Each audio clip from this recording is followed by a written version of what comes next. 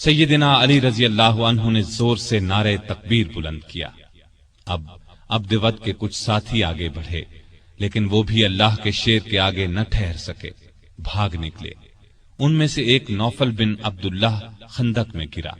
علی رضی اللہ عنہ نے اسے خندق میں اتر کر تلوار سے قتل کیا۔ رسول اللہ صلی اللہ علیہ وسلم نے بنو قریظہ کی طرف کوچ کا ارادہ کیا تو سیدنا علی رضی اللہ عنہ کو فوج کا جھنڈا دے کر آگے روانہ فرمایا۔ پھر آپ 3000 مجاہدین کے ساتھ روانہ ہوئے۔ لڑائی سے پہلے ہی بنو قریظہ ہمت ہار گئے اور ہتھیار ڈال دیے۔ مدینے سے 60 کلومیٹر دور فدق نامی یہودیوں کی بستی تھی۔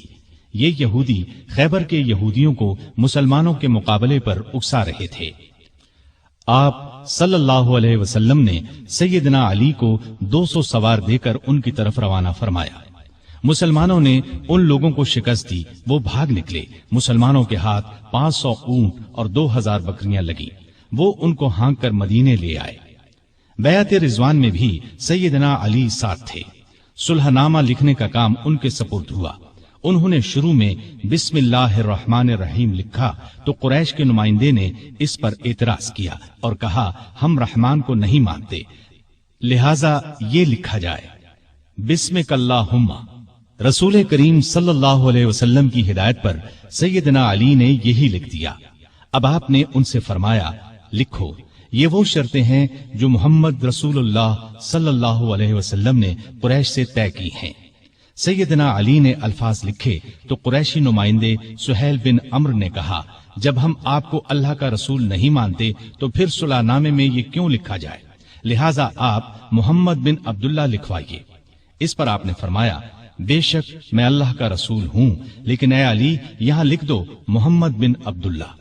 یہ سن کر سیدنا علی نے عرض کیا اے اللہ کے رسول صلی اللہ علیہ وسلم، مجھ میں تو یہ ہمت نہیں ہے کہ میں اپنے ہاتھ سے رسول اللہ کا لفظ مٹا دوں۔ ان کی بات سن کر رسول اللہ صلی اللہ علیہ وسلم نے اپنے ہاتھ سے رسول اللہ کے الفاظ مٹا دیے۔ اس کے بعد علی نے باقی معاہدہ تحریر کیا۔ جن یہودیوں کو شرارتوں کی وجہ سے مدینے سے نکالا گیا تھا وہ خیبر کے قلعوں میں جمع ہو گئے۔ بہت سے یہودی وہاں پہلے سے تھے۔ یہ سب مسلمانوں کے خلاف سازشوں سے باز نہیں آ رہے تھے، چنانچہ آپ نے ان کی سرکوبی کا فیصلہ فرمایا۔ وہ مدینے پر حملہ کرنے کی تیاریوں میں بھی مصروف تھے۔ رسول کریم صلی اللہ علیہ وسلم 1600 صحابہ کے ساتھ خیبر کی طرف روانہ ہوئے۔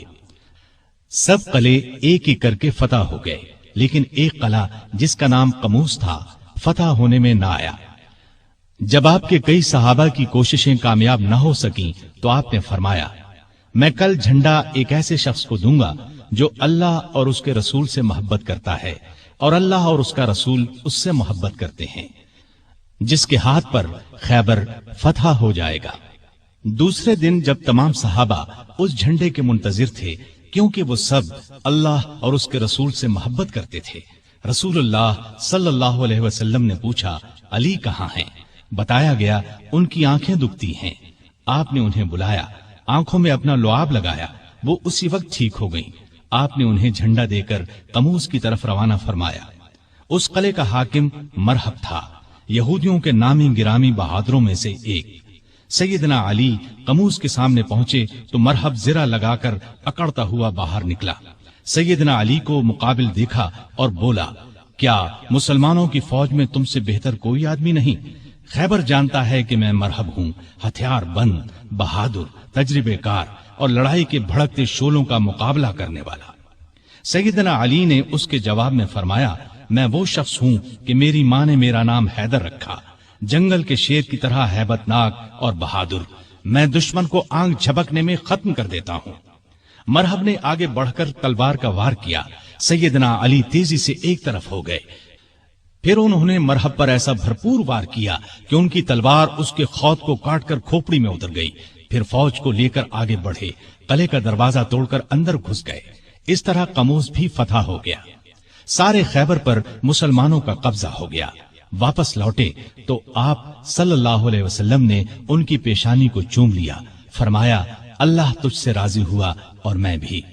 سیدنا علی یہ سن کر رونے لگے۔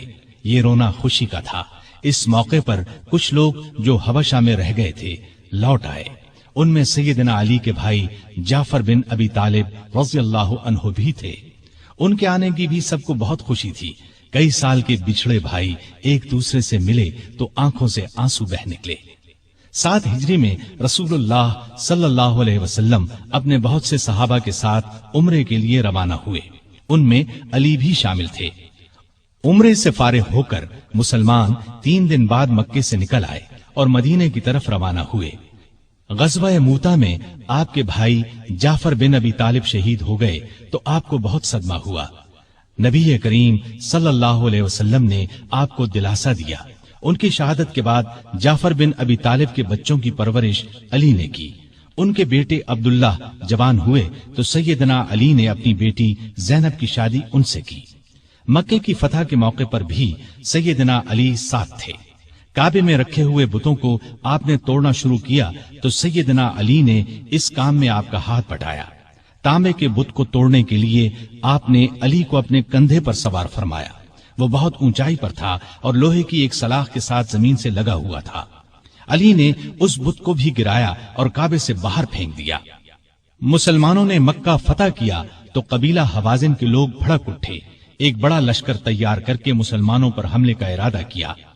آپ ابھی مکے ہی میں تھے کہ ان کے ارادے کی خبر ہوئی تو آپ شوال 8 ہجری میں 12,000 مسلمانوں کو لے کر دشمن کی طرف روانہ ہوئے.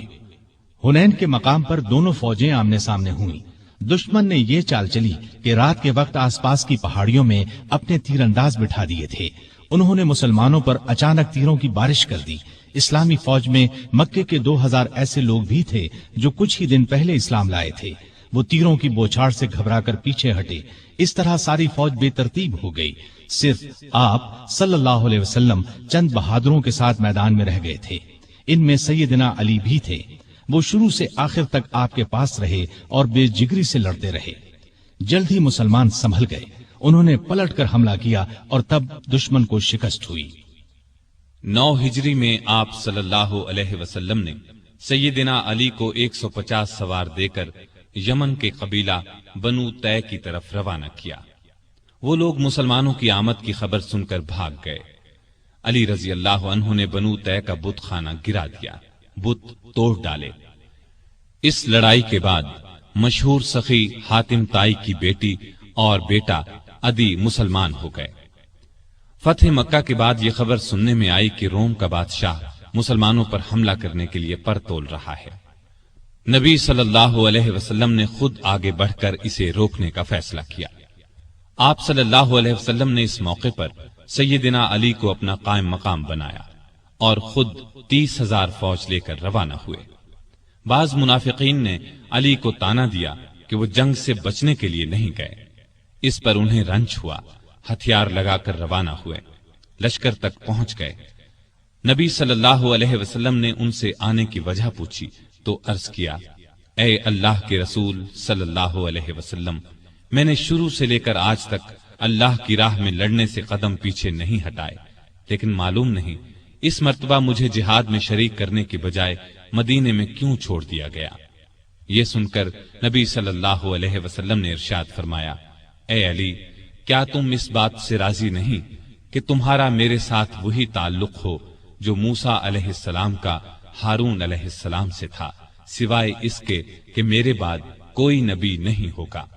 مطلب یہ تھا کہ جس طرح موسیٰ علیہ السلام کوہ طور پر جاتے وقت ہارون علیہ السلام کو اپنا قائم مقام بنا گئے تھے، اسی طرح میں نے تمہیں اپنا قائم مقام بنایا تھا. لیکن ہارون علیہ السلام نبی بھی تھے جبکہ تم نبی نہیں ہو سکتے، اس لیے کہ میرے بعد کوئی نبی نہیں آئے گا. آپ کا یہ ارشاد سن کر سیدنا علی خوش ہو گئے اور مدینے واپس ہو کر آپ صلی اللہ علیہ وسلم کی قائم مقامی کا فریضہ انجام دیتے رہے، یہاں تک کہ آپ تبوک سے واپس تشریف لے آئے. مکہ کی فتح کے بعد نبی صلی اللہ علیہ وسلم نے سیدنا خالد بن ولید کو حکم دیا کہ وہ یمن جا کر قبیلہ ہمدان کو اسلام کی دعوت دیں. وہ گئے، بہت کوشش کی، لیکن انہوں نے اسلام قبول نہ کیا. اب آپ صلی اللہ علیہ وسلم نے سیدنا علی کو بھیجا. آپ صلی اللہ علیہ وسلم نے قبیلہ ہمدان کے نام ایک خط بھی دیا. علی رضی اللہ عنہ نے وہ خط انہیں سنایا اور اسلام کی دعوت دی۔ اس خط کے الفاظ کا اثر ان پر ہوا۔ پھر سیدنا علی نے جو ان کے سامنے واز کیا وہ بھی بہت اثر انگیز تھا، چنانچہ ان لوگوں نے اسلام قبول کر لیا۔ سیدنا علی رضی اللہ عنہ نے یہ خبر آپ صلی اللہ علیہ وسلم کو بھیجی۔ نبی صلی اللہ علیہ وسلم نے سجدہ شکر ادا کیا اور فرمایا، ہمدان کے لوگوں پر سلامتی ہو، ہمدان کے لوگوں پر سلامتی ہو۔ ہجرت کے 10ویں سال نبی صلی اللہ علیہ وسلم نے علی رضی اللہ عنہ کو ایک اور قبیلے مزہج کی طرف روانہ فرمایا تاکہ انہیں اسلام کی دعوت دی جائے۔ آپ صلی اللہ علیہ وسلم نے ہدایت فرمائی کہ اس وقت تک تلوار نہ اٹھائی جائے جب تک تم پر کوئی حملہ نہ کرے۔ سیدنا علی رضی اللہ عنہ 300 سواروں کے ساتھ مزہج کے علاقے میں پہنچے۔ وہ لوگ لڑنے پر تلے ہوئے تھے، چنانچہ زبردست مارکا ہوا۔ آخر وہ لوگ بھاگ نکلے۔ اس کے بعد قبیلے کے سردار اور بہت سے دوسرے لوگ خود علی رضی اللہ عنہ کی خدمت میں حاضر ہوئے اور مسلمان ہو گئے۔ نبی صلی اللہ علیہ وسلم نے علی کو وہاں کا قاضی بھی مقرر فرمایا۔ آپ رضی اللہ عنہ چند ماہ وہاں رہے۔ اس دوران میں سیدنا علی رضی اللہ عنہ نے مقدمات کے فیصلے بھی کیے۔ ہجرت کے 10ویں سال رسول کریم صلی اللہ علیہ وسلم نے حج کیا۔ سیدنا علی بھی یمن سے آ کر اس یادگار حج میں شریک ہوئے۔ انہوں نے رسول اللہ صلی اللہ علیہ وسلم کے حکم پر قربانی کے اونٹوں کا گوشت تقسیم کیا۔ حج سے واپس آنے کے کچھ ہی عرصے بعد نبی صلی اللہ علیہ وسلم بیمار ہوئے۔ ہجرت کے 11ویں سال آپ صلی اللہ علیہ وسلم اس دنیا سے تشریف لے گئے۔ یہ صدمہ علی رضی اللہ عنہ کی زندگی کا سب سے بڑا صدمہ تھا۔ انہوں نے عباس رضی اللہ عنہ، ان کے 2 بیٹوں قسم اور فضل رضی اللہ عنہم اور ایک انصاری صحابی کے ساتھ مل کر آپ صلی اللہ علیہ وسلم کو غسل دیا۔ اس وقت انہوں نے نبی صلی اللہ علیہ وسلم کے جسم اطہر کو اپنے بدن سے لگا رکھا۔ قبر مبارک تیار ہو گئی تو سیدنا علی نے فضل بن عباس، اسامہ بن زید اور عبد الرحمن بن عوف رضی اللہ عنہم کے ساتھ مل کر نبی صلی اللہ علیہ وآلہ وسلم کو قبر میں اتارا۔ آپ صلی اللہ علیہ وسلم کے بعد مسلمانوں نے سیدنا ابو بکر صدیق رضی اللہ عنہ کو خلیفہ چن لیا۔ 6 ماہ بعد سیدہ فاطمہ رضی اللہ عنہا بھی اس دنیا سے رحلت کر گئیں۔ ابو بکر کو علی سے بہت محبت تھی، ان کی بہت عزت کرتے تھے، خلافت کے کاموں میں ان سے مشورے بھی لیتے تھے۔ علی بھی ان سے اسی طرح محبت کرتے تھے۔ مرتد ہو جانے والوں سے جنگ ہوئی تو علی نے بھی دوسرے صحابہ کے ساتھ مل کر ان کا مقابلہ کیا۔ ابو بکر رضی اللہ عنہ نے وفات پائی تو حضرت علی رضی اللہ عنہ ان کے دروازے پر آئے اور فرمایا، آپ پر اللہ کی رحمت ہو، آپ رسول اللہ صلی اللہ علیہ وسلم کے پیارے ساتھی اور مدد کرنے والے، اللہ سے سب سے زیادہ ڈرنے والے اور سب سے بڑھ کر دین کو نفع پہنچانے والے تھے۔ اس کے بعد دیر تک ان کی خوبیوں اور بھلائیوں کا ذکر کرتے رہے۔ ابو بکر کی وفات کے بعد عمر فاروق رضی اللہ عنہ خلیفہ بنے۔ انہوں نے مجلس شورا قائم کی تو اس میں علی رضی اللہ عنہ کو بھی شامل کیا۔ ان کی خلافت کا زمانہ 10.5 برس تک رہا۔ اس زمانے میں بھی آپ رضی اللہ عنہ سے باقاعدہ مشورے لیے جاتے رہے۔ عمر فاروق رضی اللہ عنہ ان کے مشوروں کو بہت اہمیت دیتے تھے۔ جن جھگڑوں کا فیصلہ دوسرے صحابہ نہیں کر پاتے تھے وہ سیدنا علی رضی اللہ عنہ کے سامنے پیش کیے جاتے تھے۔ عمر فرمایا کرتے تھے، ہم میں سے سب سے بڑے قاضی علی رضی اللہ عنہ ہیں۔ ایک مرتبہ عمر رضی اللہ عنہ نے کوئی فیصلہ دیا تو علی نے اس کے خلاف رائے دی۔ عمر نے ان کی رائے کو درست قرار دیا۔ سیدنا عمر کے دل میں علی کی نہ صرف بہت محبت تھی بلکہ وہ ان کی بہت عزت بھی کرتے تھے۔ انہیں علی پر پورا بھروسہ تھا۔ 16 ہجری میں بیت المقدس تشریف لے گئے تو سیدنا علی کو اپنا قائم مقام بنایا۔ سیدنا عمر کے زمانے میں سب سے بڑی لڑائی نہامند کی لڑائی سمجھی جاتی ہے۔ اس موقع پر ایرانیوں کا بہت بڑا لشکر جمع ہو گیا تھا۔ سیدنا عمر نے سیدنا علی کو مسلمانوں کے لشکر کا سپہ سالار بنانا چاہا، لیکن انہوں نے مدینے سے باہر جانے سے انکار کر دیا۔ پھر عمر نے خود سالار بن کر جانے کا ارادہ کیا تو سیدنا علی نے اس کا بھی مشورہ نہ دیا اور فرمایا آپ مدینے کو ہرگز نہ چھوڑیں۔ عمر رضی اللہ عنہ کو علی کا یہ مشورہ بھی ماننا پڑا۔ سیدنا عمر نے اپنی وفات سے پہلے خلافت کے لیے 6 صحابہ کے نام تجویز کیے تھے کہ مسلمان ان 6 میں سے کسی کو خلیفہ بنا لے۔ ان میں ایک نام علی کا تھا، دوسرا نام سیدنا عثمان کا تھا، باقی 4 نام یہ تھے: سعد بن ابی وقاص، عبد الرحمن بن عوف، زبیر بن عوام اور طلحہ بن عبید اللہ رضی اللہ عنہم۔ ان چاروں نے اپنے نام واپس لے لیے تو خلافت کے لیے صرف 2 نام رہ گئے، سیدنا عثمان اور سیدنا علی۔ ان لوگوں نے آخر سیدنا عثمان کے بارے میں فیصلہ دیا۔ اس طرح مسلمانوں کے تیسرے خلیفہ سیدنا عثمان ہوئے۔ اس دوران میں بھی ان دونوں کے تعلقات بہت خوشگوار رہے۔ سیدنا عثمان کو کوئی شرعی سزا دینے کا مسئلہ پیش آتا تو سیدنا علی کے ذریعے فیصلہ کراتے۔ ہر سال حج کے لیے جاتے وقت سیدنا علی کو بھی ساتھ لے جاتے۔ علی نے ہمیشہ انہیں اچھے مشورے دیے۔ جس زمانے میں سیدنا عثمان کے خلاف سازش شروع ہوئی تو علی نے سازش کی آگ کو بجھانے کے لیے عثمان کو بہت مشورے دیے۔ مصر کے باغی مدینے پر چڑھائے تو سیدنا علی نے انہیں سمجھا بجھا کر واپس روانہ کیا۔ وہ لوگ تو سیدنا عثمان کے خون کے پیاسے تھے۔ رات کی تاریکی میں پھر لوٹ آئے۔ کوفے اور بصرے کے باغیوں نے بھی ان کا ساتھ دیا۔ انہوں نے سیدنا عثمان کے گھر کو گھیر لیا۔ اس وقت بھی سیدنا علی نے انہیں سمجھانے کی بہت کوشش کی، وہ نہ مانے تو اپنے بیٹوں سیدنا حسن اور سیدنا حسین رضی اللہ عنہما کو سیدنا عثمان کی حفاظت کے لیے ان کے دروازے پر مامور فرمایا۔ ایک مرتبہ بڑی مشکل سے سیدنا عثمان تک پانی پہنچایا۔ اس جھڑپ میں حسن زخمی ہوئے، پھر کچھ باغی دیوار پھاند کر اندر داخل ہوئے اور سیدنا عثمان کو شہید کر دیا۔ ان کی شہادت کے بعد مدینے کی حالت عجیب تھی۔ شہر پر ان باغیوں کا قبضہ تھا، ہر طرف افراتفری کا عالم تھا۔ لاکھوں مربع میل پر پھیلی ہوئی اسلامی سلطنت کا کوئی سربراہ نہیں تھا۔ ان سب کا خیال تھا کہ اس نازک وقت میں علی رضی اللہ عنہ ہی خلافت کے لائق ہیں۔ آخر سیدنا علی سے درخواست کی گئی کہ وہ خلافت کی ذمہ داری سنبھالے، لیکن انہوں نے صاف انکار کر دیا۔ ان کے انکار سے حالات اور بھی نازک ہو گئے، اس لیے کہ خلافت کی جگہ زیادہ دن تک خالی نہیں چھوڑی جا سکتی تھی۔ اب مہاجرین، انصار اور مدینے میں موجود تمام لوگوں نے سیدنا علی سے سخت اصرار کیا کہ وہ خلیفہ بننا منظور کر لیں۔ یہ درخواست کرنے والوں میں باغی بھی شامل تھے۔ آخر سیدنا علی کو ان سب کی بات ماننا پڑی اور خلافت کا بوجھ اٹھانے کے لیے تیار ہو گئے۔ چنانچہ سیدنا عثمان کی شہادت کے 3 دن یا 6 دن بعد مدینے میں موجود تمام لوگوں نے مسجد نبوی میں سیدنا علی کے ہاتھ پر بیعت کر لی۔ اس طرح وہ مسلمانوں کے چوتھے خلیفہ راشد بنے۔ وہ 4.25 سال تک خلیفہ رہے۔ اس ساری مدت وہ سخت مشکلات میں گھرے رہے۔ کوئی اور ہوتا تو شاید ہمت ہار جاتا، لیکن وہ اللہ کے بھروسے پر تمام مشکلات اور مصیبتوں کا آخری دم تک بڑے حوصلے اور پامردی کے ساتھ مقابلہ کرتے رہے۔ خلیفہ بنتے ہی سب سے پہلی مشکل یہ پیش آئی کہ عثمان کے قاتلوں کو کس طرح پکڑا جائے۔ سیدنا عثمان کی شہادت کوئی معمولی واقعہ نہیں تھی۔ جو ہی سیدنا عثمان کی شہادت کی خبر چاروں طرف پھیلی، لاکھوں مسلمان غم اور غصے سے تڑپ اٹھے۔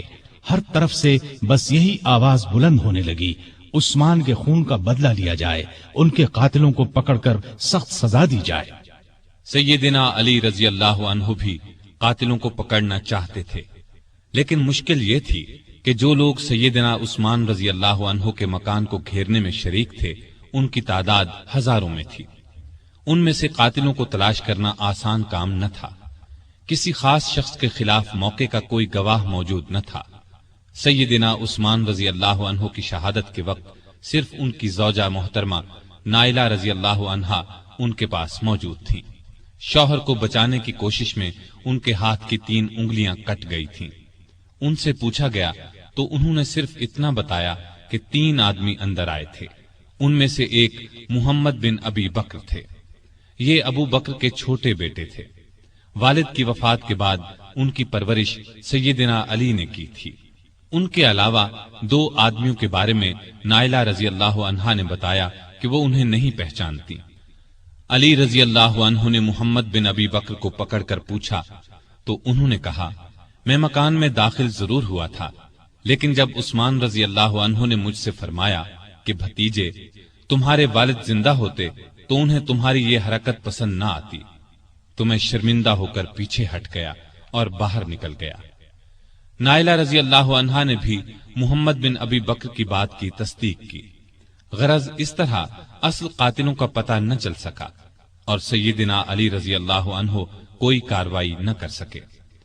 بہت سے لوگ اس موقع پر اس شک میں مبتلا ہو گئے کہ سیدنا علی رضی اللہ عنہ جان بوجھ کر قاتلوں کو نہیں پکڑ رہے۔ اس شک کی ایک وجہ یہ تھی کہ سارے باغی علی رضی اللہ عنہ کی بیعت کر چکے تھے اور بہت سے تو ان کی فوج میں شامل ہو گئے تھے۔ اس وقت کے حالات یہ اجازت نہیں دیتے تھے کہ ان سب کو چن چن کر فوج سے نکال دیا جائے۔ اسلام کا قانون بھی یہ اجازت نہیں دیتا کہ گواہی کے بغیر کسی کو قاتل ٹھہرایا جائے۔ تاہم اکثر لوگ سیدنا علی کی مشکلات سے پوری طرح آگاہ تھے۔ علی سے یہ بات ثابت ہے کہ قسم اٹھا کر فرماتے تھے کہ میں عثمان کی شہادت سے بالکل بری ہوں۔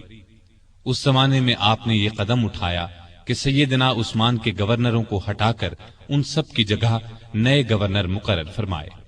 نئے گورنر اپنے اپنے صوبے اور علاقے میں پہنچ گئے۔ پرانے گورنروں نے ان کے لیے جگہ چھوڑ دی۔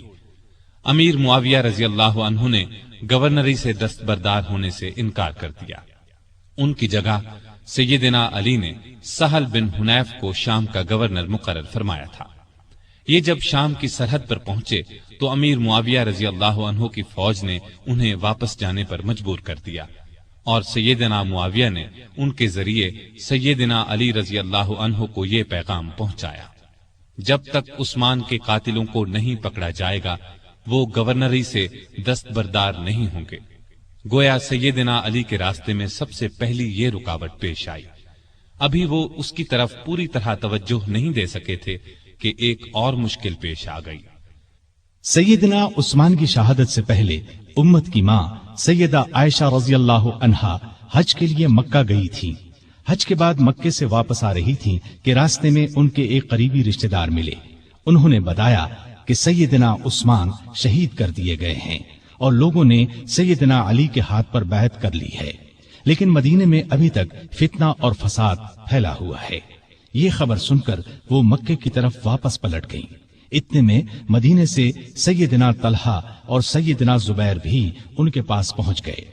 یہ دونوں بہت اونچے مرتبے کے بزرگ تھے، عشرہ مبشرہ میں سے تھے۔ انہوں نے بھی یہی بتایا کہ مدینے کے لوگ فسادیوں کے ہاتھوں پریشان ہیں، نہ تو وہ اپنی حفاظت کر سکتے ہیں اور نہ ان میں سیدنا عثمان کے خون کا بدلہ لینے کی طاقت ہے۔ مکے کے لوگوں نے ام المومنین عائشہ رضی اللہ عنہا سے واپسی کا سبب پوچھا تو انہوں نے فرمایا، عثمان مظلوم شہید کر دیے گئے اور فتنہ دبتا ہوا نظر نہیں آتا ہے، اس لیے تم فتنے کو دور کرنے اور شہید خلیفہ کے قاتلوں سے بدلہ لینے کے لیے تیار ہو جاؤ، اسی طرح اسلام کی عزت بچائی جا سکتی ہے۔ اس پر ہزارہا مسلمان سیدہ عائشہ، زبیر اور طلحہ کے ساتھ ہو لیے۔ اس لشکر نے بصرہ پہنچ کر اس پر قبضہ کر لیا۔ جب سیدنا علی کو خبر ملی تو وہ بھی اپنا لشکر لے کر بصرہ کے قریب پہنچ گئے اور صلح کی کوشش شروع کر دی۔ دوسری طرف سیدہ عائشہ نے اپنے آنے کی وجہ بیان فرمائی، علی نے اپنی مجبوری اور مشکلات بیان فرمائی۔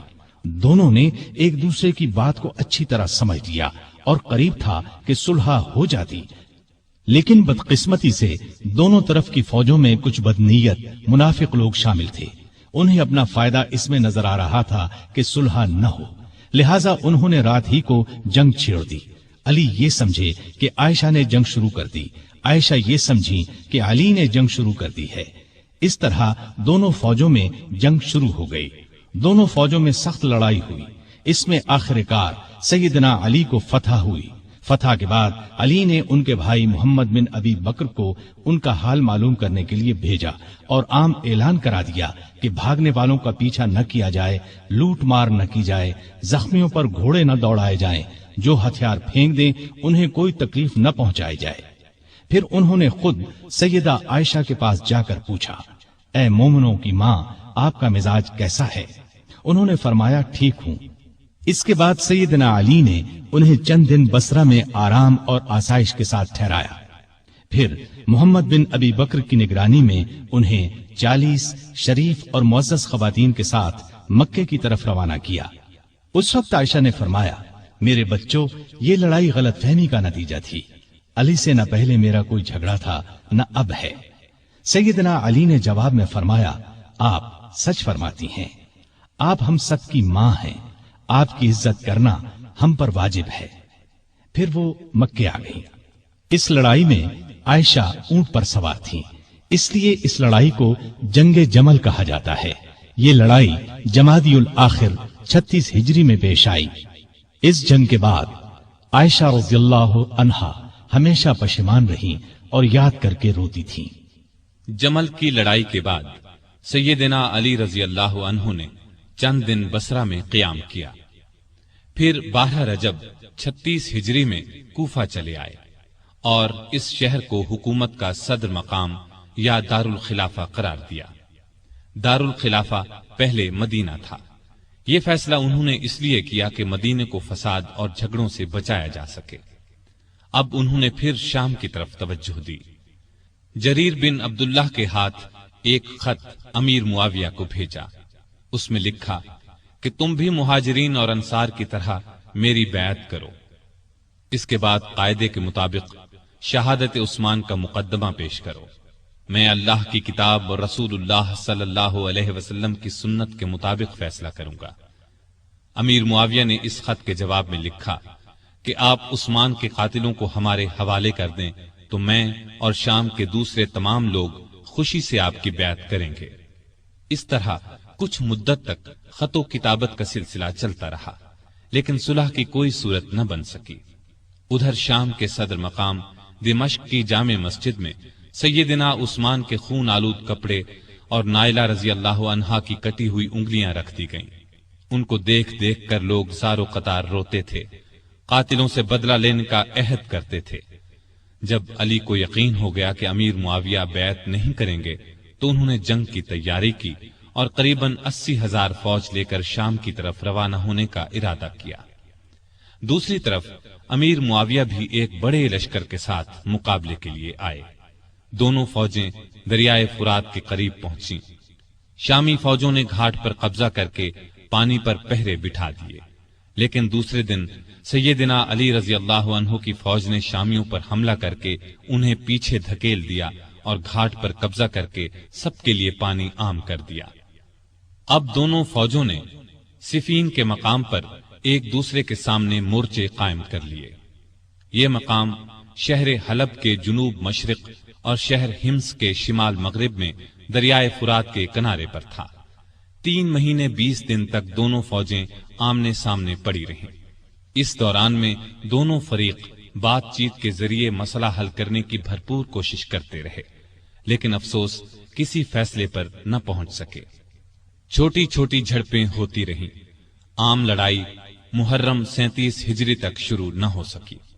آخر سفر میں دونوں فوجوں میں جنگ شروع ہوئی. یہ جنگ کئی دن تک جاری رہی. دونوں طرف مسلمانوں کا خون بہتا رہا. منافق اور فسادی لوگ اس موقع سے خوب فائدہ اٹھاتے رہے. انہی لوگوں کی وجہ سے صلح کی کوششیں ناکام ہوتی رہیں.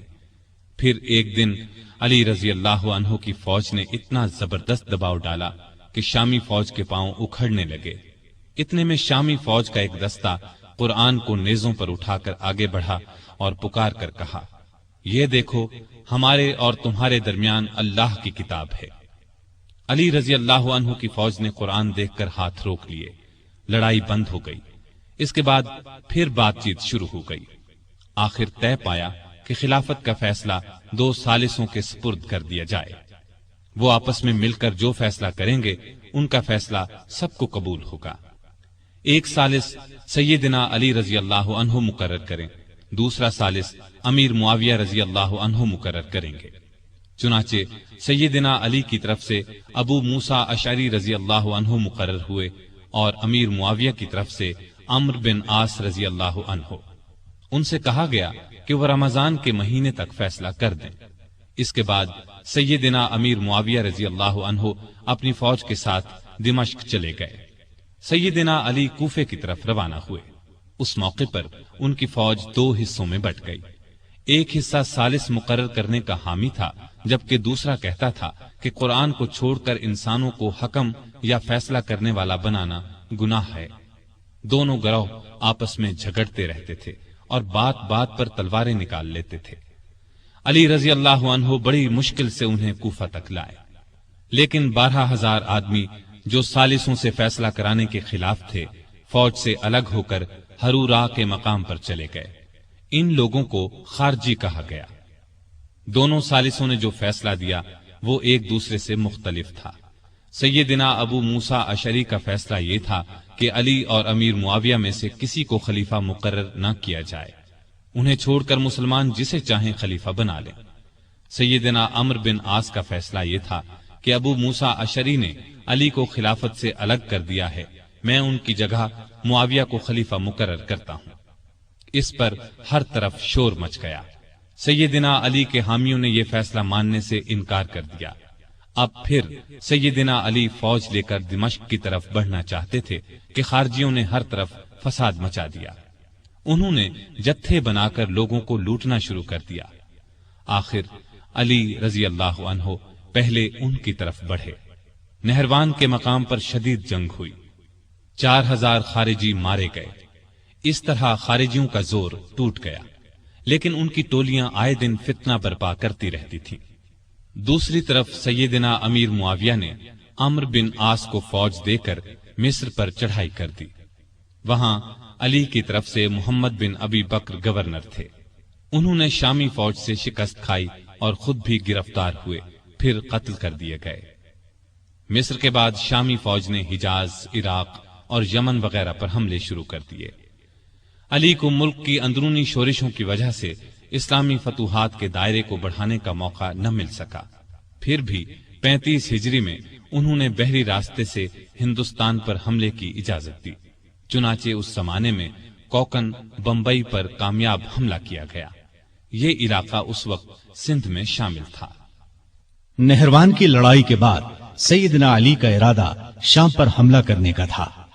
انہوں نے جنگ کی تیاریاں شروع کر دی تھیں، لیکن دوسری طرف خارجیوں نے سازش تیار کی کہ علی، معاویہ اور عمرو بن عاص تینوں کو قتل کر دیا جائے۔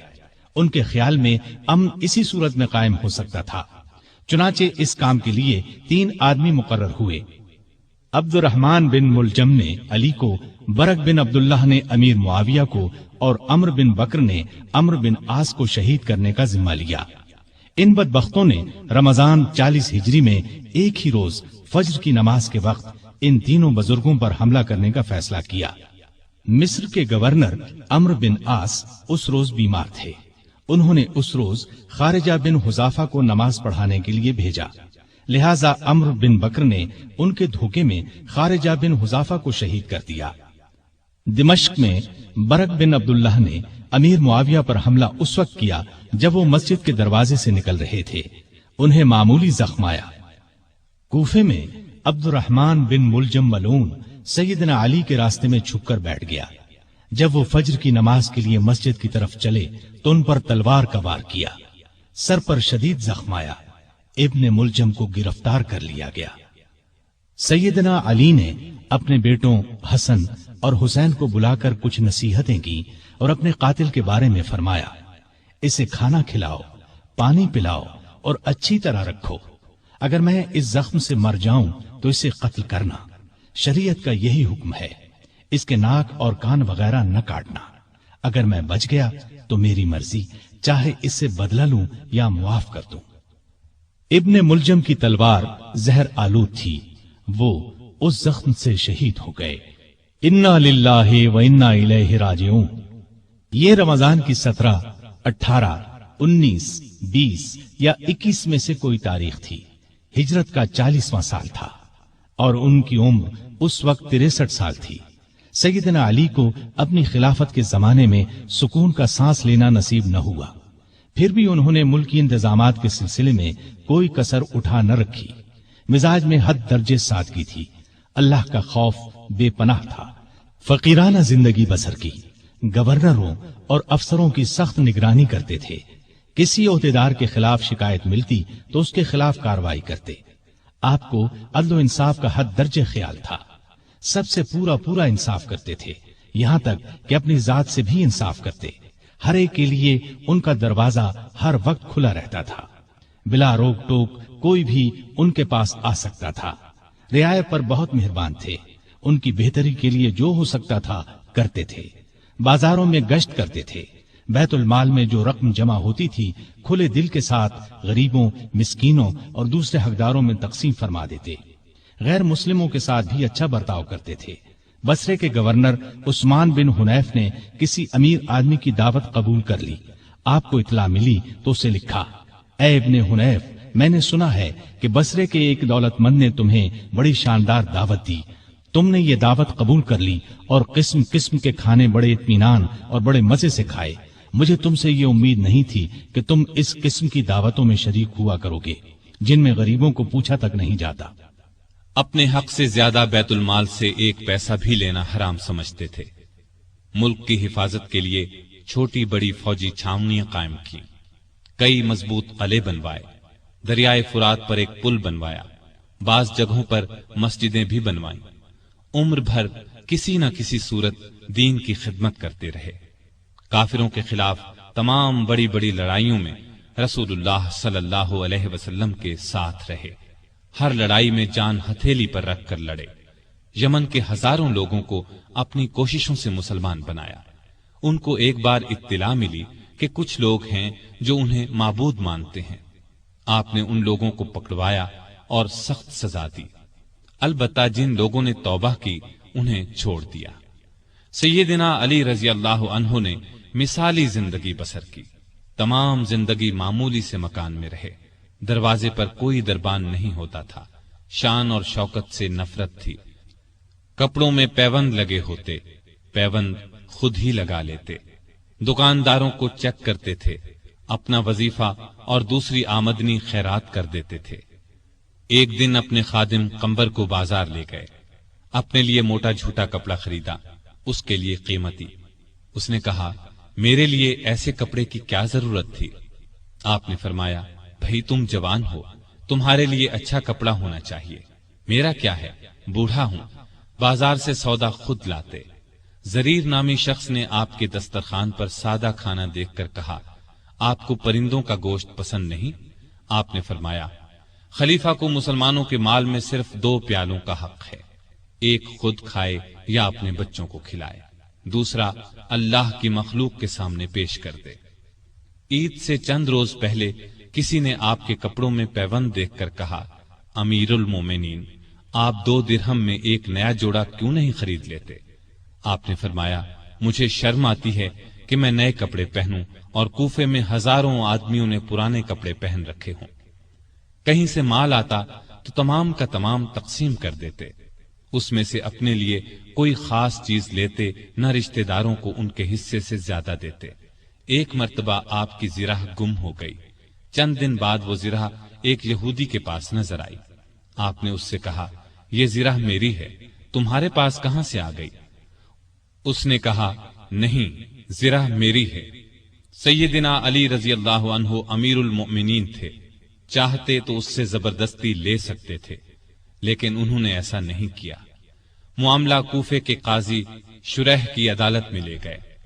قاضی صاحب نے آپ کا دعویٰ سنا، یہودی کا جواب سنا، پھر علی سے کہا، اپنے گواہ لائیے۔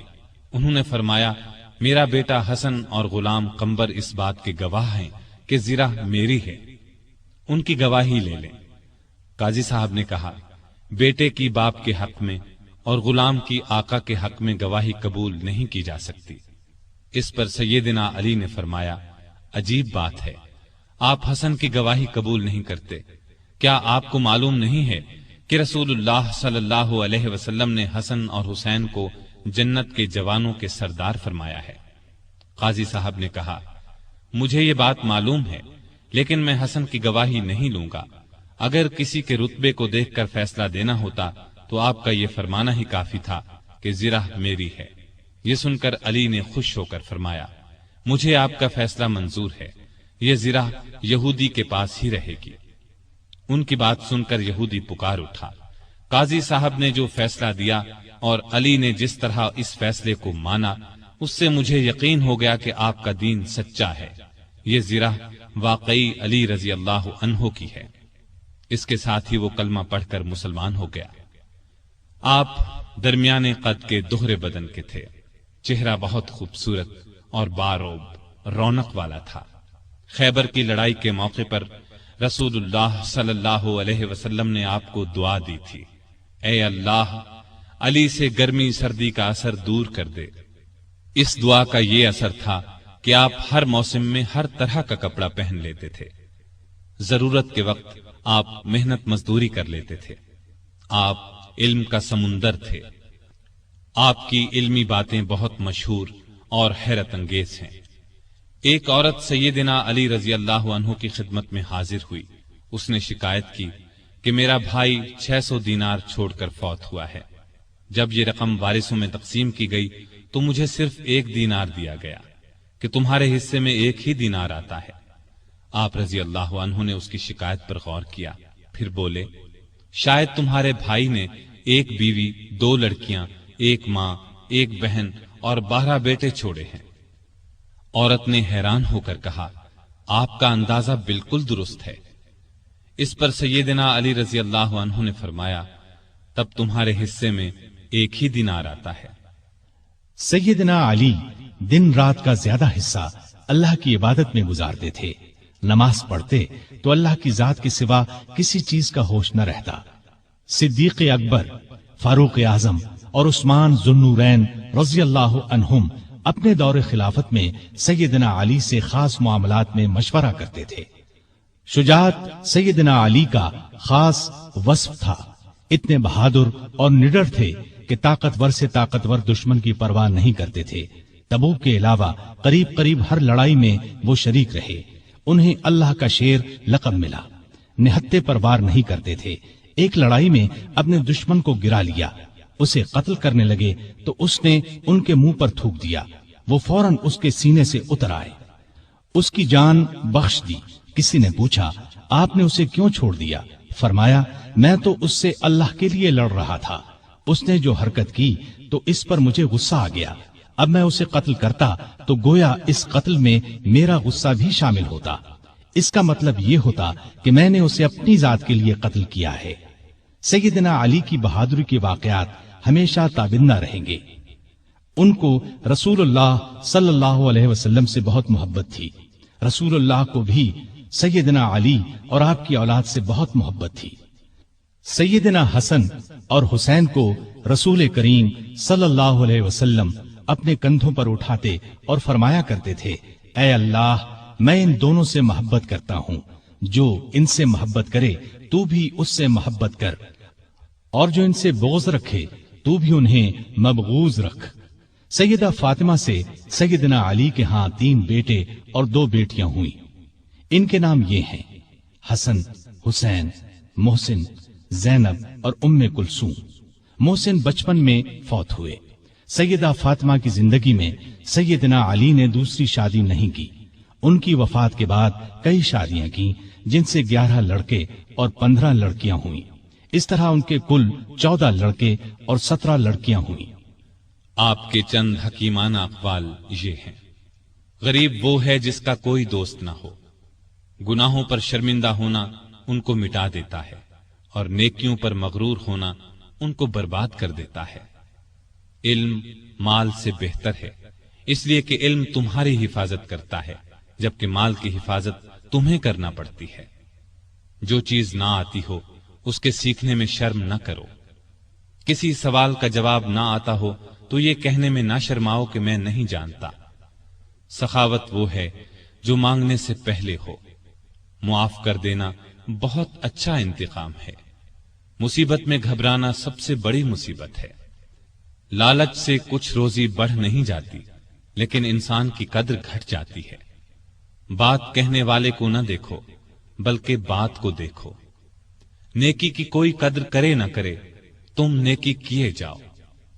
سخت ترین گناہ وہ ہے جو کرنے والے کے نزدیک معمولی ہو۔ مصیبتوں کا مقابلہ صبر سے کرو اور نعمتوں کی حفاظت شکر سے کرو۔ اللہ تعالی ان پر اپنی رحمتیں نازل فرمائے، آمین۔ سامعین محترم، ابھی آپ دارالسلام اسٹوڈیو لاہور پاکستان سے سن رہے تھے خلفائے راشدین کا چوتھا حصہ، خلیفہ راشد سیدنا علی المرتضی رضی اللہ عنہ۔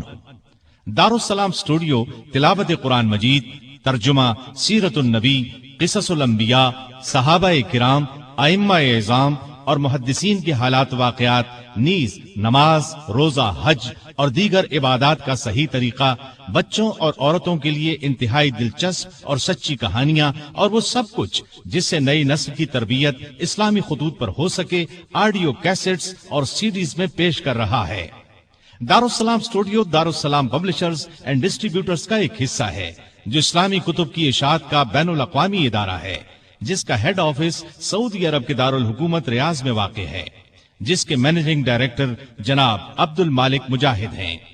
دارالسلام کا دنیا کے 27 ملکوں میں نیٹ ورک ہے۔ پاکستان میں اس کا ایڈریس نوٹ کر لیں: دارالسلام اسٹوڈیو، 36 لوور مال، نزد سیکریٹریٹ سٹاف، لاہور۔ فون 724-0024 723-2400 اور 712-0054، فیکس 735-4072۔ یہ پیشکش تھی محمد طارق شاہد کی۔ اللہ حافظ۔